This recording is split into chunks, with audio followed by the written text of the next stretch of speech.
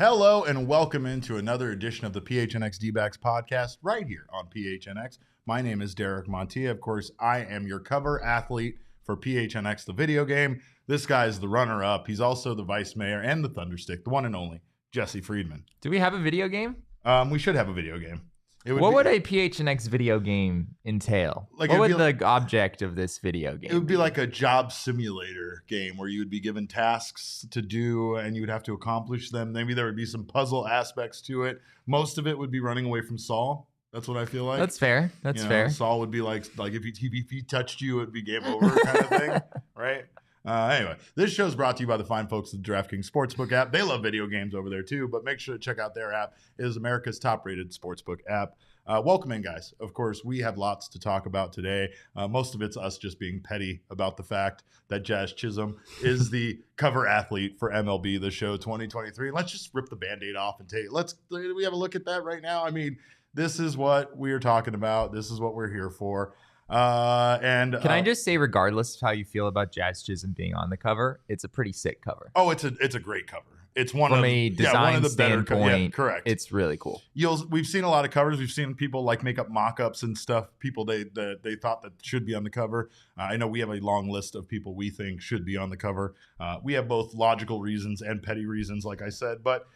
I guess Michael Rokicki in the comments says, all right, I'm not here for the Jazz hate. I'm totally okay with him being on the cover. And I appreciate the input on that. And I agree.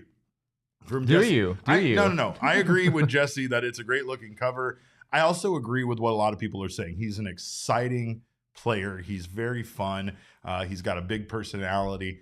I just don't know if that is enough for you to deserve to be on the cover of MLB the Show, right? And we're going to get into the idea of it being some sort of, I guess, recognition, if you want to call it that. But we have our own reasons to be petty. Yes, we are still not over losing Jazz Chisholm. We're kind of okay with the guy we got in return, right? So this trade isn't one that we regret. It's just, once again, seeing a player like this that was once connected to the Arizona Diamondbacks franchise kind of getting all of this hype and hoopla about him when, in all honesty, the numbers don't really support him being considered one of the best in the game that should be on the cover of the annual video game. MLB The Show is kind of, it's like Madden, right? It's a big deal to be on the cover of the show.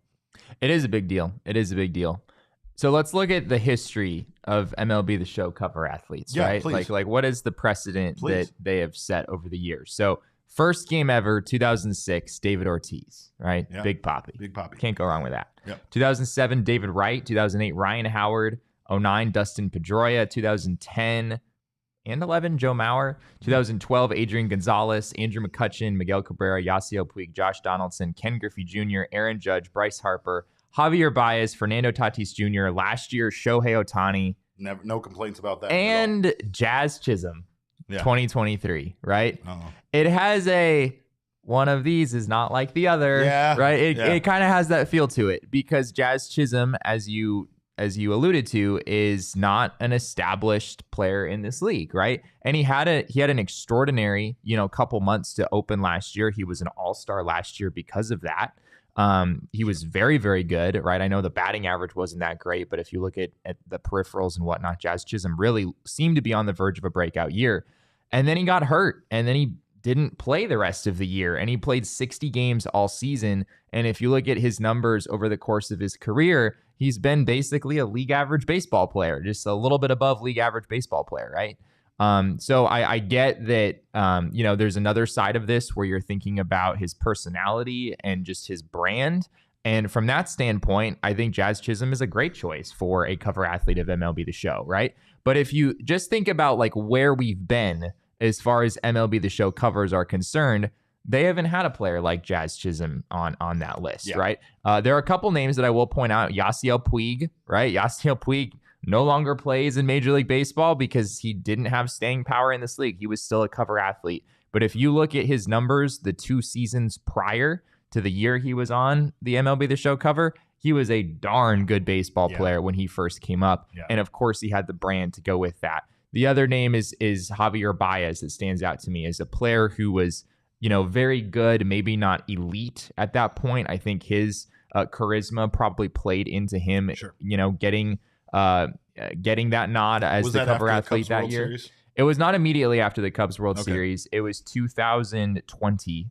The Cubs won it in 2016. But again, if you look at Javier Baez's numbers leading up to that season, he wasn't like elite, but he was a very good baseball player and an excellent defender, right? I know now he hasn't been quite as good since coming over to the Tigers. So just going from Shohei Ohtani to Jazz Chisholm, like that's a really big difference compared to not only Shohei Ohtani, but all of the athletes that MLB The Show has used for almost 2 decades. It's just a change of course for them. There's been 11 teams, I believe they said, that have been recognized on the cover of MLB The Show. Diamondbacks, not one of them. Not one of them. Definitely not. But I believe Randy Johnson was on the cover of, was it MVP Baseball maybe, back in the early 2000s? Maybe someone can confirm that. I feel like I remember that growing up, seeing Randy Johnson on the cover of one of those games. But never on MLB The Show have we seen a Diamondback. Brian Abdallah says, who picks the cover? Is it just the game people? Yeah, I think so. I don't think that they had any kind of vote or anything. I do know that one thing I saw in response to this on non-sports related websites, because I think a lot of baseball fans know who Jazz Chisholm is, but on like IGN's post about it, there were a lot of remarks, which I think is another thing here. It's not taking anything away from Jazz, but there are a ton of players that have name brand recognition that people that don't really watch baseball would still know. I'm not suggesting Aaron Judge gets it twice, but Aaron Judge would have been a better selection, I feel like, even though he's already been Aaron on it Judge before. Getting it twice. I don't know if you want to repeat the same guy. No. But there are plenty of other players that you could put on there without repeating anyone. There are. And of course, we have plenty of ideas when it comes to that. Jesse. You want me to list them? Do you have a list, perhaps? I do. Jesse has a list. I have a list of 25 players that I think are more deserving cover athletes for MLB The Show. And I'm going to drink this beer while he gives you all 25. Okay, all right. I was going to talk about them like one by one, but I'm just going to list them rapid fire. If any names stand out to you along the way, we can talk about them afterwards. Go ahead. All right, here we go. Nolan Arenado, Paul Goldschmidt, Mike Trout, Manny Machado, Freddie Freeman, Francisco Lindor, Yordan Alvarez, Jose Altuve, Mookie Betts, Rafael Devers, Juan Soto, Justin Verlander, Max Scherzer, Spencer Strider, Corbin Burns, Sandy Alcantara, Zach Gallen, Julio Rodriguez, Adley Rutschman, Garrett Cole, Vladimir Guerrero Jr., Xander Bogaerts, Trey Turner, Carlos Correa, Edwin Diaz. You good? Yeah, I'm good. 25 choices. Derek. All better choices. Would Jazz have been selected if he still played for the Diamondbacks? No. It's that easy. He's not wrong. I don't think Prove so. him wrong. I don't think so, at least. I'm curious what people have to say in the chat. And I know there's a case to be made that, like, well, if we're comparing the Diamondbacks market with the Marlins market, right? I mean, the Marlins do worse in attendance than the Diamondbacks do. Correct. So why are we suggesting that that Jazz Chisholm gets some advantage playing with the Marlins? I still think there's something to be said for Miami as a city. Yeah. Just like the culture there. It's a very colorful, unique, right, American city. And there's also the fact that, I don't know, like I just think I have a hard time seeing MLB The Show ever stretching themselves to put an Arizona Diamondback on the cover unless it's very, very clear that, they have a player that warrants that. So my hypothesis is that they would not have put Jazz Chisholm on the cover if he was still with the Diamondbacks, but I'm curious what you all think. Let's take a look at some of those covers would have looked like. We got some from Twitter that we have. Look at that. Look at that. Yeah. Jesse. Julio Rodriguez. That's by far my pick for when you talk about a young athlete that came onto the scene in 2022 and not only had success, but literally became a name that everybody started to know. That's the guy. And if you wanted to go with a young guy that deserves it and is also exciting, that's the guy. I mean, that's the guy. What else we got? Pat Hoberg, perfect game, World Series, umpire. Better choice here, Jesse. That's an absolute better choice. You brought up Carlos Correa. How about Carlos Correa in all of his uniforms? How about that? Let's go. That's incredible. That's exciting. That's incredible. We also have our own more obvious candidates for D-backs fans. These are guys that I know every D-back fan will agree with would have made a better choice than Jazz Chisholm. First, let's take a look at the guy we got because of him. Look at that cover, Jesse. Yeah. I mean, you put him on that background with that gold, with the gold. I mean, I think those colors are kind of distinctly Miami Marlins colors, so it's a bit of an offset. No, but the Miami Marlins do not use those colors, Jesse. They are not purple or teal. That's fair, right? I mean, they do pink. have. I guess they don't have pink. No, I guess they don't have pink. No. You're right. There's some overlap with their color scheme, but it's not the exact Marlins colors. I think Zach Gallen probably has a better case than Jazz Chisholm, at least in terms of like on-field performance. Like Zach Correct. Gallen is a more established major league player at this point, has contributed more in the big league level in his career than Jazz Chisholm has. I do want to play devil's advocate on this real quick, though. Kind of to what Michael said in the chat earlier, and I'm sure that he's not the only person who feels this way. Jazz Chisholm is an incredible story, right? He came over from the Bahamas. He was signed as an international amateur when he was probably about 16 years old. It's an incredible story, and I love that Major League Baseball is showcasing that. And I mean, if you've heard any interviews or anything with Jazz Chisholm, you know how colorful his personality is, how just kind of hilarious and quirky he is as a human being. And there's something to be said for putting a guy with that kind of charisma on the front cover of MLB The Show. I mean, so I do get it. It's just I don't disagree with you, but if you want to talk about a guy that has a great story, let's put this guy up there. This is the one all D-backs fans want to see. If you're talking about guys with charisma, you're talking about guys with a great story, it's this guy that hurt himself and used it to become a scout, basically, and become better and learn the game of baseball more than he ever did. And now look at him. He's most people's number one prospect going into 2023. That's exciting. But if you want a real story, Jesse, who do we want? We want Mason Saunders. That's who we want. So we're throwing Mason Saunders up there, right? This version of the show. I'm trying to make like real rational arguments. You're putting that picture on the screen. Look, this version of the show has a side quest where you actually have to go to a rodeo. You have to raise a horse. There's a whole cowboy simulation that's attached to that as a side San Diego quest. Studios really had their hands full with that video game. They haven't done rodeos. Baseball games can't just be baseball games anymore. It's got to have the story part attached to it, right? That's the new Road to the Show. Yeah, that involves a rodeo. Side track. Let's be honest, though. The team we all want to be. Even as a Diamondbacks fan, this is the team we all want to be, right? We all want to be the Savannah Bananas. So there's a Savannah Bananas, the Show 23 edition. We also have the PHNX D-backs edition, which look at that. Look at how great we look on that cover, Jesse. We look so good on that cover. We? Yeah, we look great. We look great on that cover as a duo. Sweetheart. Bro. It's you. Yeah. I mean, yeah. I don't know why you even bothered to like even put me in there at all. It's because in this particular picture, my arm was kind of cut off. So like, there's not my full right arm there. That's where my arm ends. So I needed to leave you in the picture somewhat, or else it was just an incredibly close-up shot of my face. And as beautiful as that would have been, still might not be as good as this one. This one might be my favorite. Look at that, Jesse. Jesse with the Sick Rap 4 edition. Talk about side quests. Oh my God, you have no idea. You have to navigate your way to a salad and go with Torey Lovullo in the front seat. You have to properly hand him the aux cord. That's part of it. Yeah, that's part of the mini game. So a lot of fun to be had there. I can't wait for MLB The Show, to be honest. Mostly, there is a mode for us to continue our discussion about a hot dog being a sandwich or not, which, by the way, it's fucking not a sandwich. Oh my God. No, it's a taco. We've been over that. Emma has the taco talk. I don't hate that. Look, here's another. Someone brought up lobster rolls yesterday, right? Lobster roll's a sandwich. I get that's what you're thinking it is, but a lobster roll is a lobster roll for a reason. They call it a goddamn lobster roll because of the vertical orientation, just like a hot dog. Things can be something else. Not everything with bread and meat has to be a sandwich.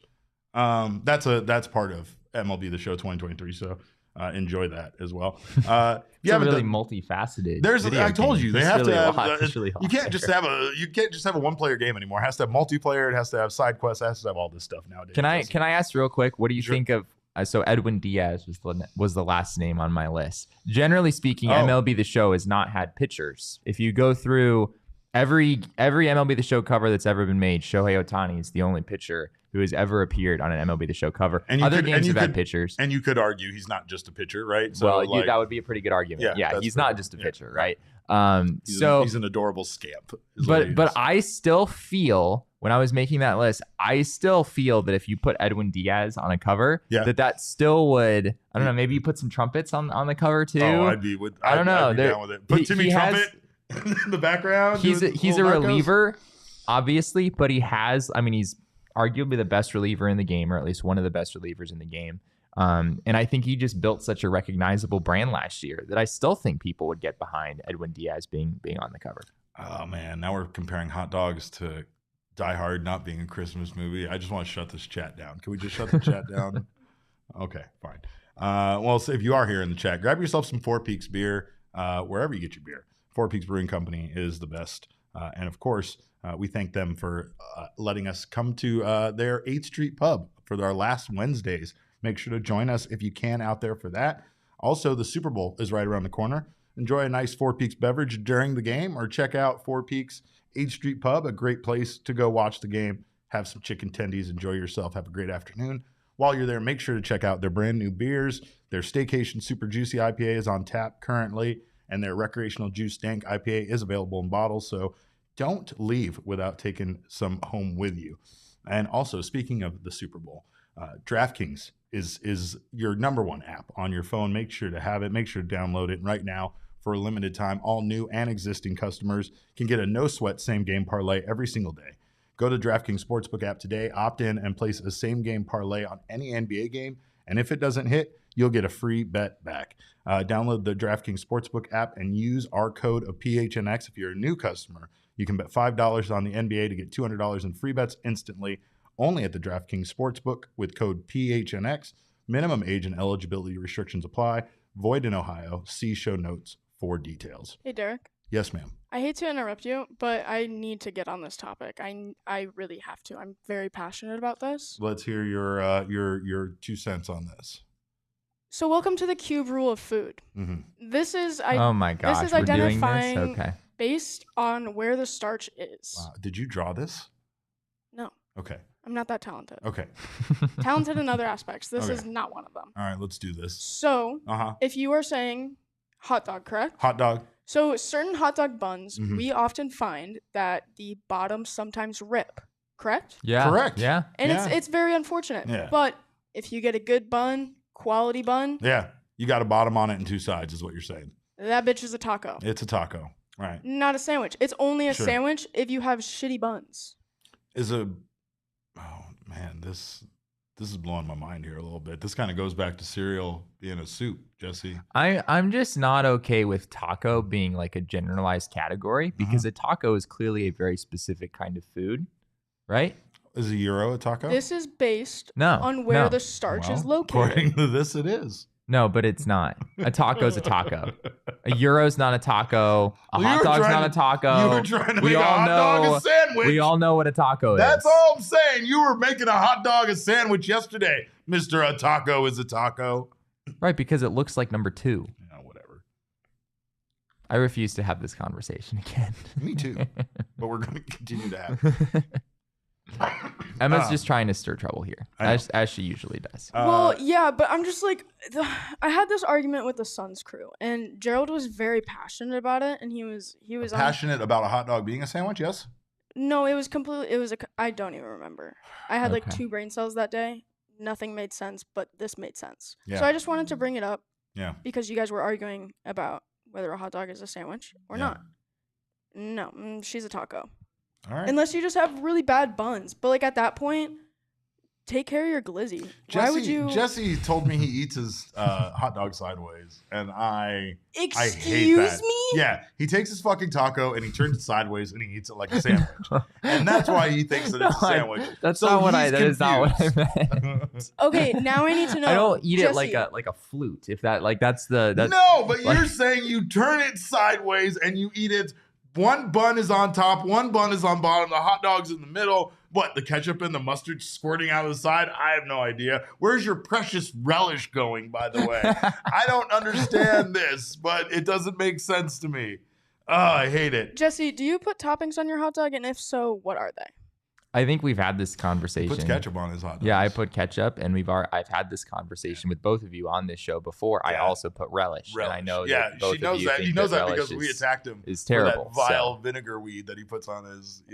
I'm okay. Yeah. Everyone, I can't even comment on people's food choices because I have the palate of a toddler. She really does. She didn't know. Like, we give Jesse shit. She didn't know what a lobster roll was, and I know what a lobster roll is. I just never had it. For thinking that she would know what it tasted like. No, sir, kind sir. I know what a lobster roll is. I've seen it. I've been in the same presence as a lobster roll, but personally, not my choice. Not my forte. I need help from an adult. Are you calling yourself an adult? Yeah, I can't. No, I can't. It's not me. I can't help in this case. But, if you want to talk about more things that are arguments with no conclusion, we could talk about ESPN posting more trade deadline candidates for 2023. And in this case, a little early to be talking trade deadline. Why are we doing this? We have nothing to talk about, so we gotta figure out something to talk about. 6 months away. Yeah. 6 months from today is the trade deadline. We better preview it. I would appreciate him writing an article on top 100 prospects list more than I would appreciate this article. But I don't think there are 100 top 100 there could be. Lists. I bet there. It kind of feels like there are, but I don't think there's 100. David Schoenfeld from ESPN. Schoenfield had a much more reasonable set of candidates for the Arizona Diamondbacks than the earlier list we addressed that said that Christian Walker might be their likely trade candidate at the deadline. He ain't going nowhere. But in this article, he selected Pavin Smith and Dominic Fletcher as the D-backs' most likely trade deadline moves, which actually makes quite a bit of sense. It's not only is it something that we agree with, that would be a good move, especially Dominic Fletcher, considering his value added to the fact that he is going to have a problem getting some playing time with the young core of guys that are up here right now. And Pavin Smith, who's kind of been lost in the shuffle a bit. Yeah, I think it is reasonable. I don't know how much you're going to get for Pavin Smith in particular. I don't think Pavin Smith has much trade value at this point. Dominic Fletcher probably still does have some trade value. I don't think he would net you a whole lot.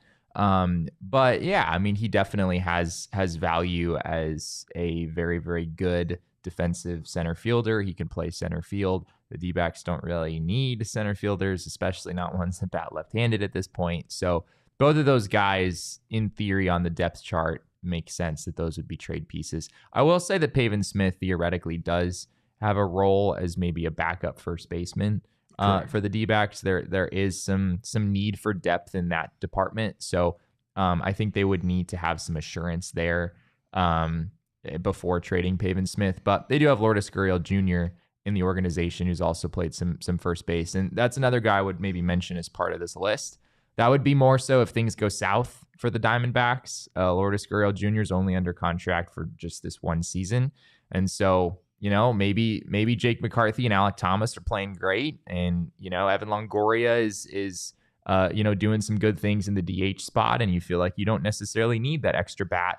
Lourdes Gurriel Jr. could be a piece that they look to move at the trade deadline as well. And the return per the article was simply bullpen arms, and that's something that we are absolutely here for. This should be the target for this team now, then, and forever. But really, the Diamondbacks need to, I think, still bolster their bullpen. I know that they have, they've made some unproven moves, which could end up netting them in some wonderful results, but yeah, it definitely doesn't feel like they brought in the kind of, I guess, rearming that we would like to see based on the performance of the bullpen in 2022. I think their position player group should be set. I don't really see them needing to add anything in that regard. It's sort of like if their position players perform well, then that's what's going to put them in position to be adding at the deadline in the first place. So I think it's bullpen, and maybe they would want to add a starting pitcher depending on how things work out, but they do have a decent amount of depth in that regard too. So pretty much a guarantee that bullpen help is what they'd be looking for. Here's what I say is last year they actually did add proven arms, and look what that ended up doing, right? So it wasn't great. I am not really, I will say I'm cautiously optimistic about the changes they've made, and I'm cautiously optimistic that Mark Melancon will be better than what we saw out of him from last year. Hopefully this team as a whole will be better defensively. Again, as much as we want to completely blame the bullpen, a lot of the way those games unraveled last year wasn't entirely the bullpen's fault. It was a team effort. It just, you would love to see this team find some guys that they can just absolutely rely on. Last year, even the arms that they could rely on, like Joe Mantiply, ended up eventually becoming a bit unreliable before the end of the season. So we would love to see them, get that back together. I still can't help but feel like internally they still feel like the arms they had last year, Kyle Nelson, Mantiply, Melancon, some of those other guys really are going to bounce back this year and have a better season than they did. I don't know about always banking on that, Yeah. I almost feel like it got to a point with the bullpen where it's like that thing in school where you're like, don't pick me. Don't pick me. Please don't pick me. Don't, you know what I mean? Because that's that attitude that Lovello kind of talked about in the clubhouse, right? Maybe the problem with the bullpen is it starts to be it gets in their head where they think I don't want to be the one to blow it tonight, instead of that attitude of I want to be the one to go out there and I want the ball, right? Yeah. So I don't know. I mean, it felt like no matter what this team did, as far as a late inning bullpen move, it didn't work out for them. Yeah, I mean, I don't know if it necessarily got to the point where guys didn't want to pitch, but you know what I mean? It's a mentality sometimes that maybe it's not that you don't want to pitch, but you're worried that you're going to go out there and screw it up more than you're worried that you're going to go out there and it's the kind of thing that no pro athlete is ever going to come out and say something like that. Sure. But it is still reasonable to wonder if maybe that was in the back of their minds at some point. It felt like it was something that encompassed the entire bullpen, no matter who they tried to rely on, Yeah, it wasn't great. Wasn't great. Michael Rokicki in the comments says they went 64-60 against everyone else, 10-28 against the Dodgers, 17-29 in one-run games. So there's a case to be made they'll be better just on that alone. And they went 74-88 to boot. Yeah. And 10-28 total against LA and San Diego. So yeah, there you go. 10-28 against San Diego and LA, which they are not going to be playing that many times, right? 26 games total this season against those two teams combined. So hey, maybe all of these things combined for the Diamondbacks to have a much improved 2023, and they were already one of the most improved teams in 2022. You would know great stuff like that if you were a diehard, because you'd read every piece that Jesse has over on gophnx.com, including his recent piece on some of the Arizona Diamondbacks' unlikely home runs in 2022.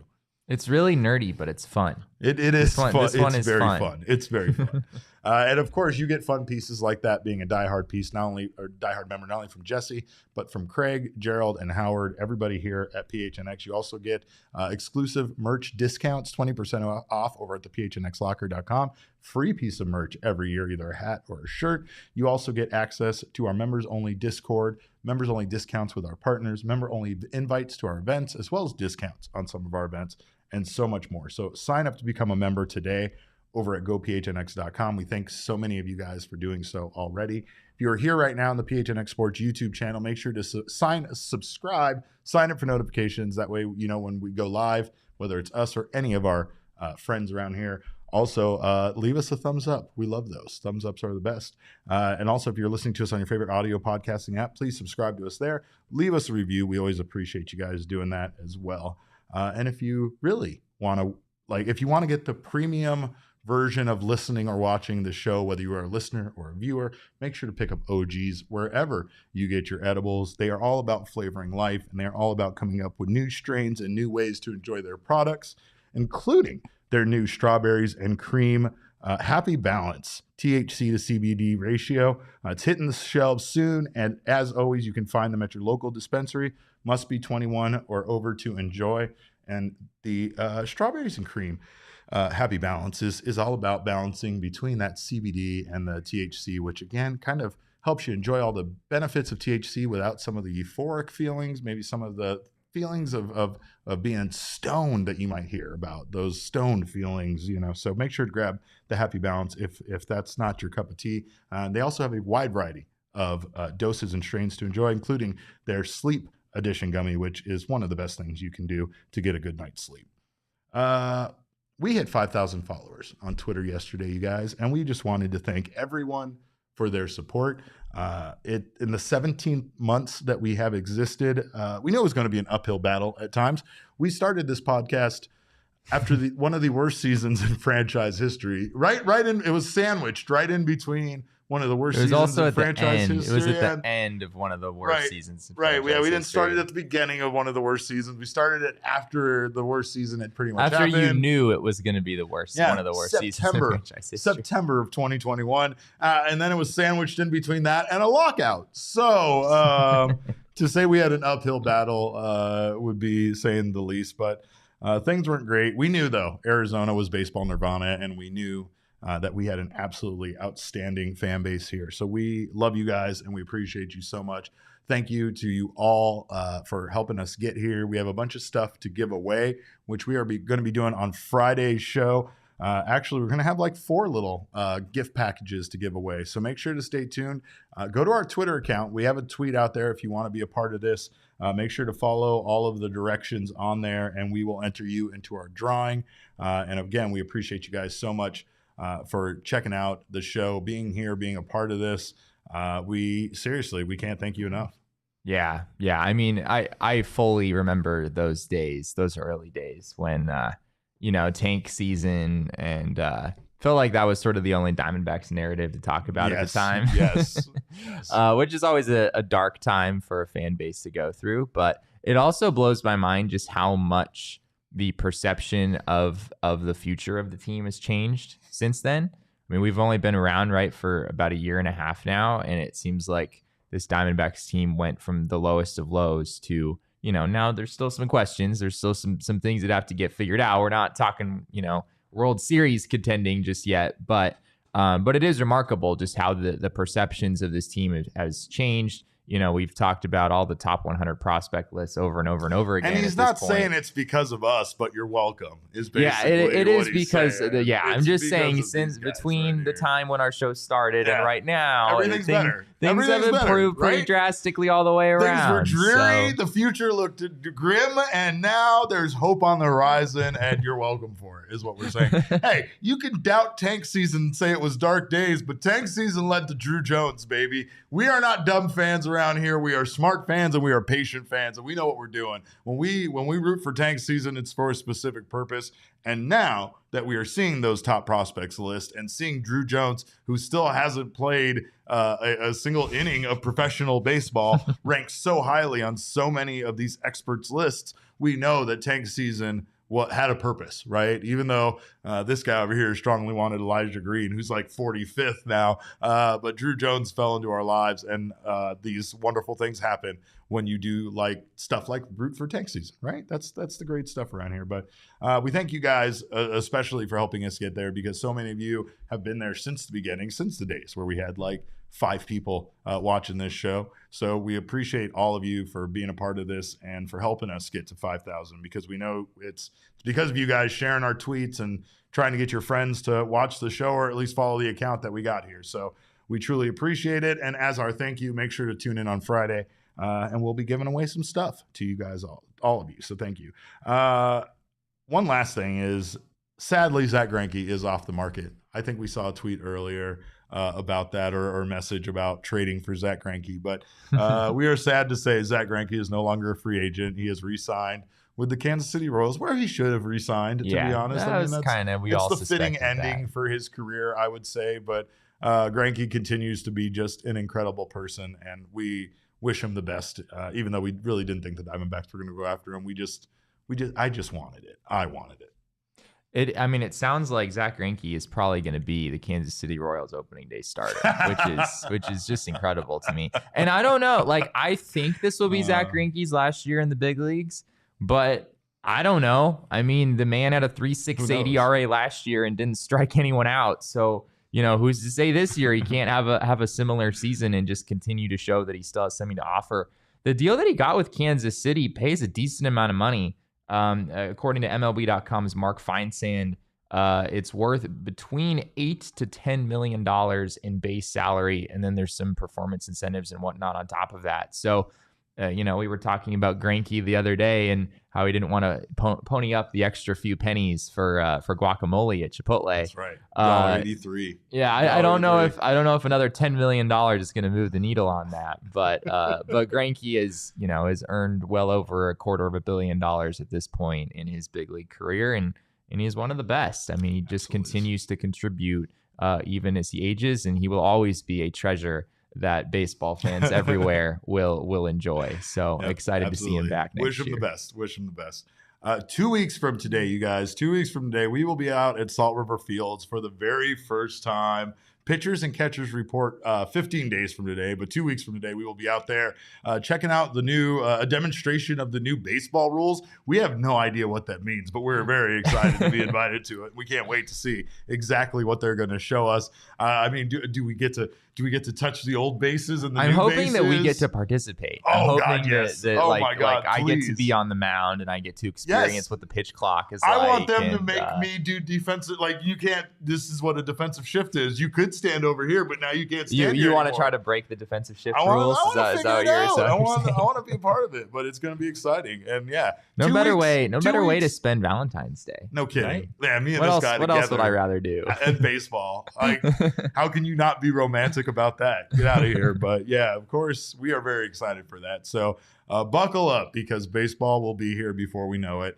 And we are very excited for it. We've already seen some pictures from the D-back social media accounts of they're out there. Corbin Carroll out there just putting that work in. So we are very excited. And you guys should be too. Make sure, if you haven't done so already, download the Underdog Fantasy app, because I will tell you it is the best way to enjoy fantasy sports with your friends, to still do daily fantasy, to be able to wax the floor with your friends and win some cold hard cash. You also have pick'em games, and don't forget, we are riding on pitch counts in 2023. So download the Underdog Fantasy app. As Jesse would say, be an overdog on the Underdog Fantasy app. Everyone's an overdog. Everyone's an overdog on the Underdog Fantasy app, but it's this easy to get started. Go to underdogfantasy.com or download the app, sign up with promo code PHNX, and Underdog will match your first deposit up to $100. So we're making you some money over at the Underdog Fantasy app. Enjoy it. Have fun with your friends, and most importantly, ride with those pitch counts higher and lower. That's right. That's what we're doing. And then once you save your money, go over to Game Time, save more money. Win some money, over on Underdog. Save money on Game Time. Go over to Game Time, grab your tickets for concerts, sporting events, and more. It's that time of the year, man. Stuff is crazy. I'm not going to suggest that you go on the day of the Super Bowl to Game Time and try to buy Super Bowl tickets. I'm not suggesting that, but what I am saying is, would it really hurt to check it out the day of and just see what's available? I don't know. The Super Bowl tends to play by different rules than most other sporting events, but you might be able to save 60% on Super Bowl tickets. Who knows? Crazier things have happened. So make sure to download the Game Time app, as Jesse would say, one of the most aesthetically pleasing apps that you can download, and save yourself up to 60% on tickets when you buy tickets last minute. Procrastinators, rejoice. It is our time. The best way to support us is by buying your tickets through the link in the description, and make sure to wait till the last minute. I'm not even joking about that. You will literally see tickets drop for a show on Friday. Wednesday, they'll be one price. Thursday, they'll be lower. And come Friday, you might even see them for a ridiculously low amount. And I'm joking about the Super Bowl. They're not going to be on there, you guys. But anyway, it still wouldn't hurt to look, though, over on the Game Time app. So make sure to do that. We appreciate you guys for being here. We appreciate MLB the Show for giving us so much to talk about and argue about. specifically them. We can't wait we need to stream that. We need to get down on maybe a little MLB the Show action between the two of us. I know Jesse will probably. I will probably destroy you. Yeah. I'm going to let him talk that shit like he did about ping pong and remember how that went. So anyway, if you don't remember, make sure to follow us on social media because I try to remind him every single day. I'm at Cap_Caveman with a K. He is at Jesse N. Friedman. Our show is at PHNX_DBacks. But of course, all roads lead to at PHNX_sports on Twitter, Instagram, and Facebook. We thank you so much for stopping by. On behalf of Emma, Jesse, and myself, we always appreciate your time. And remember, kids, baseball is fun, but it's so much more fun when one of your players is on the cover for MLB The Show.